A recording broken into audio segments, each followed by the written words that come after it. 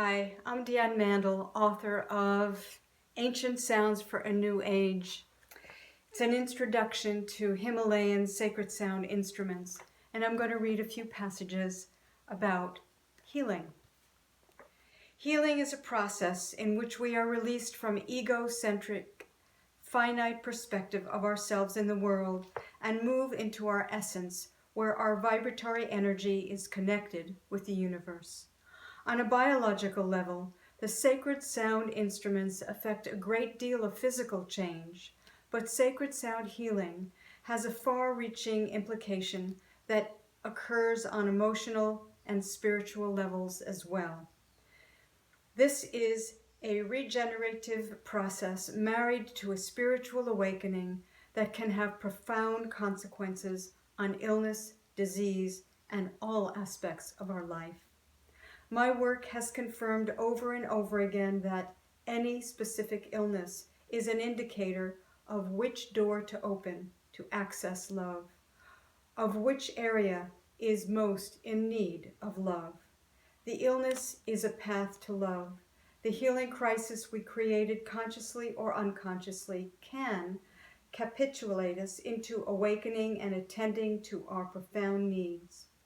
Without the illness or crisis, we would continue to avoid that part of ourselves. Long ago, as a master's degree student, I did a lot of training in development work, and one of the things I learned about was how groups form. Whenever you join a new group, whatever kind of group, it could be culture, family, job, school, there is a series of 4 developmental stages. The first one is forming, a kind of honeymoon stage where things seem new and interesting. The second part is storming, where things don't happen the way you think they should or you want them to, and everything is a challenge. There is a diminishing of normal functions in this new environment. The third stage, norming, is getting into the flow of things and figuring out what works. The final stage, performing, is where you are effectively interacting within a new context. I think the stages of healing are similar, minus the honeymoon stage. And it's helpful to recognize which stage you're in. Are you at the cosmic whack in the head stage because of a car accident, illness, divorce, or job loss? All those things can be experienced as trauma, a wake-up call, and an opportunity to get back into balance. Are you in the stage of a diminishing of normal functions where everything seems to be working against you? You notice that you're forgetting things, or all of a sudden crying all the time, or you've got diarrhea and you just can't do what you normally do because that cosmic whack in the head, in whatever form, is impacting your body, mind, and how you walk through space and time.